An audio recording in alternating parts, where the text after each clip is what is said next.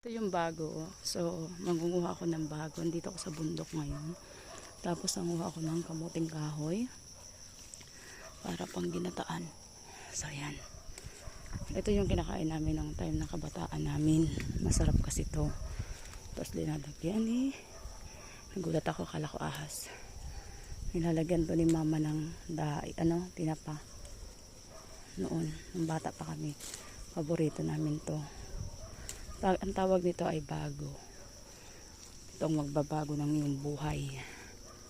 Buhay daw. So, nanguha ako ng kamuting kahoy. Nandoon na sa may gilid. Kalagay na sa sako kaya medyo maputik ang aking kamay. Ayan, medyo madumi ang kamay ko. Kasi maputik. So, ang kinukuha nito yung talbos. Ayan, binabalik ko na lang kasi wala akong plastic na dala. So, maraming langgam na malalaki nangangagat. So may mga bayabas din naman dito, wala lang bunga. So ito yung nakikita ko, itong kinukuha to ng nanay ko noon nung mga bata pa kami. So alam ko talbos ang kailangan makuha, so kukunin natin. So medyo mataas, may mga langgam kasi, langgam na malalaki, mga antik. Okay. Nagugulat ako kasi baka mamaya may ahas. Sa bundok pa ako. So ayan. So may kamuting kahoy din akong dala. Sa bundok ako eh. Sa mama ko dito, sa kaibigan ko sa bundok. So mamayang hapon may mga gulay din ako, talong, ampalaya. So galing naman ng Manila yun. Padala sa akin. So bali mamaya ako pumukuha yan. So ito na yung kinuha namin na kamuting kahoy na sa taas. So hugasan ko kasi madumi siya. Maputik. So hugasan natin. Ayan. So nandito naman kami, kukuha kami ng buko. Sa lugar to na kung saan ako nanguha kanina ng magugulay. Ayan, baba lang. So abot ko lang siya. Abot lang. Tapos meron pa dito. Ayan, may gabi. So ano to? Bukid. So ayun, palawan. Tapos ayan. Ayan. Baba lang niya talaga. So ito, abot lang siya. Ito ang ano ko lang, tuhod.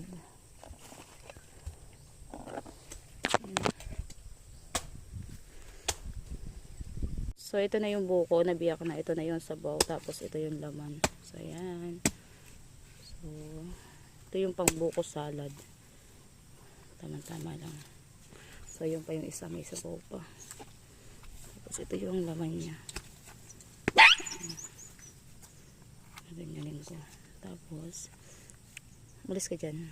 Ayan. So good morning. Ito na yung buko na kinuha ko doon sa bundok kanina.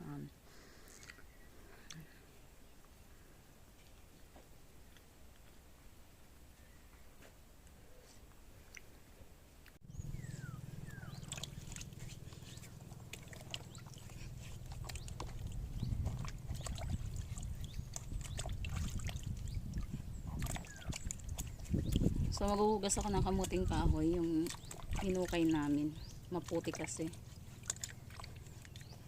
So kailangan hugasan. Para pag dinala siya mamaya sa bayan, hindi na siya madumi.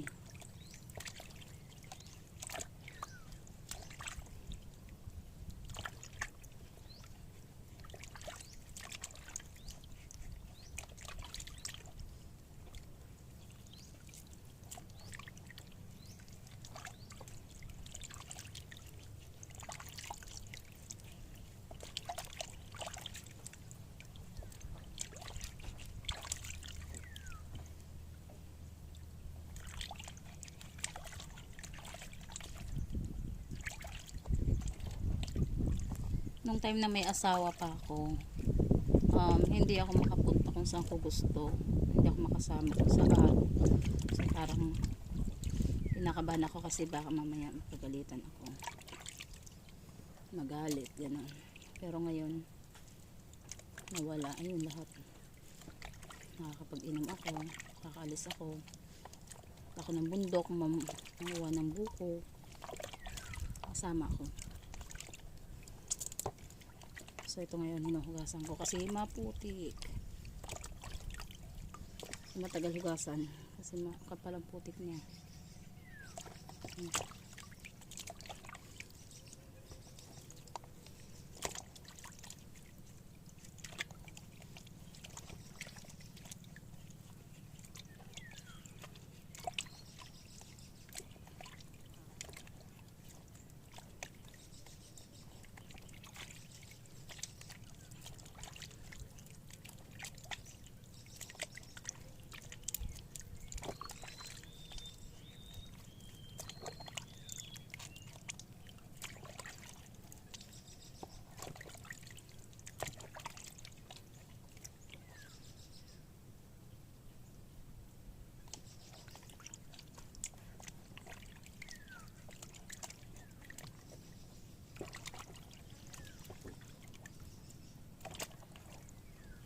So yun, medyo mahirap lang.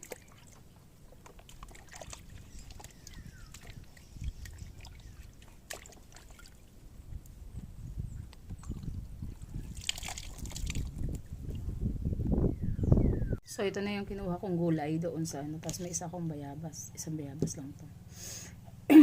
Ayan, kamuting kahoy, tsaka tubago, magbabago ng buhay daw, sana all. So lilinisin natin para pagdating sa bayan, sa ano namin sa bayan, hindi nalilinisin. So ito ganito, talbos lang ang kinukuha nito, alam ko ginaganito siya. So may aso ay tumatahal, so ginaganyan lang siya.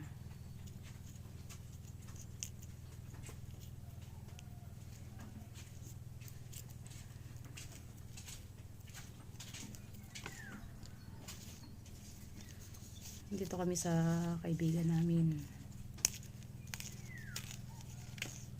Ganyan.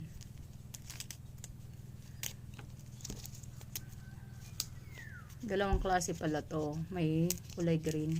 Ay, white ata tawag nito. Tapos, red. Ito yung mga kinuha ko. Maliliit.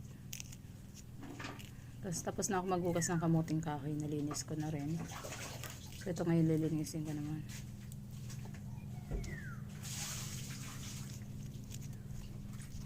So kanina nanguha kami ng buko, tsaka ano ba to, kamuting kahoy. Tapos nanghihinayang ako dun sa dahon niya, kaya kinuha ko na rin. So ito pa yung buko.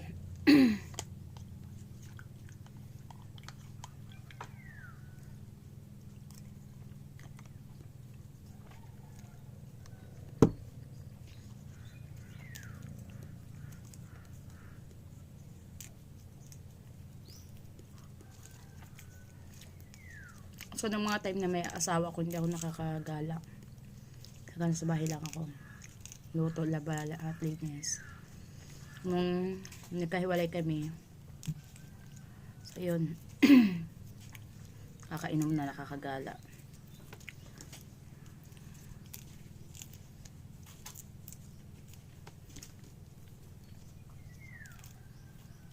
So, itong video na to, ipapasok ko na naman siya sa YouTube channel ko.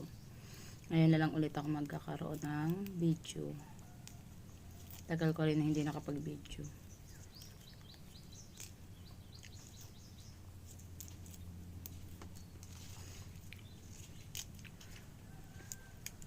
Masarap to siya, gagataan mo tapos lalagyan mo siya ng batawag dito, tinapa.